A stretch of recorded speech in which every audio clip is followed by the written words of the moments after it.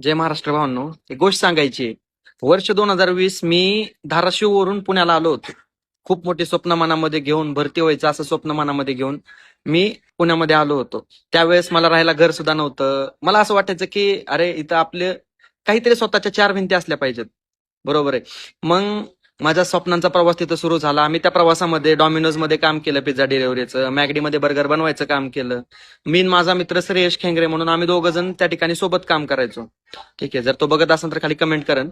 आणि दर पुढची तुम्हाला अजून एक गोष्ट सांगतो की अशी खूप स्वप्न बघितले होते की ते स्वप्न पूर्ण करायचे.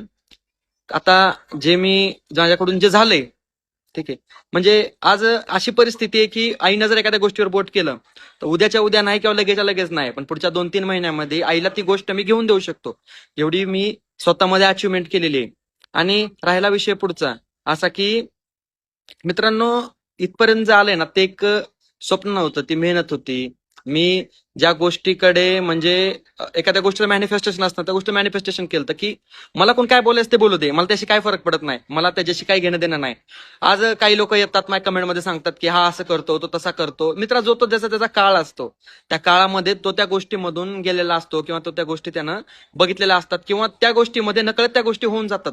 परंतु त्याच गोष्टीला भूतकाळाला धरून जर तुम्ही एखाद्या माणसाला त्याच्या वर्तन काळामध्ये जर एखाद्या माणसाला तुम्ही म्हणताय की तो असा होता आणि तो तसा होता, अरे भाऊ, प्रत्येक जण लहानपणी चड्डीमध्ये शी करायचा.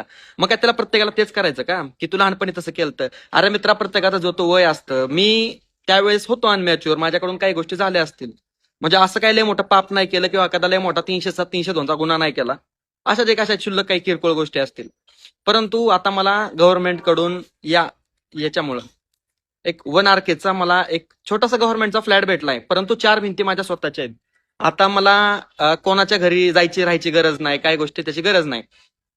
मला पुण्यामध्ये आल्यानंतर माझ्या हक्काचा छप्पर आहे, 4 भिंती आहेत, त्या 4 भिंतीच्या आतमध्ये मी राहू शकतो. तर सगळ्या गोष्टी बदलतात. या सगळ्या गोष्टींच्या या सगळ्या प्रवासामध्ये माझ्यावरचं फक्त एकच गोष्ट माझी बदलली नाही. ती गोष्ट म्हणजे माझा स्वतःवरचा विश्वास. तो मी कधीच तुटू नाही दिला. स्वतःवर विश्वास होता की भाऊ तू करू शकतो. या सगळ्या गोष्टी जर दुसरे अचीव करतायत तर मला का नाही होणार? मीही त्या गोष्टी करू शकतो. बरोबर आहे. आता सध्या रिसेंटली मी काही व्हिडिओज बंद केलेत. याचा अर्थ असा नाही की माझ्या लाईफमध्ये पण काहीतरी प्रत्येकाच्या लाईफमध्ये अडथळे असतात, तसे पण माझ्या पण लाईफमध्ये काही माझे अडथळे सुरू आहेत. मी स्वतः थोडासा डिमोटिवेट झालेलो, त्यामुळे तुम्हाला मोटिवेट मी कसा करणार? ज्यावेळेस मी स्वतःला मोटिवेट समजतो त्यावेळेस मी तुम्हाला मोटिवेशनचा व्हिडिओ टाकतो. आणि ज्या गोष्टी घडल्या होत्या अगोदर, मी जसा होतो तसा मी आता नाही राहिलो.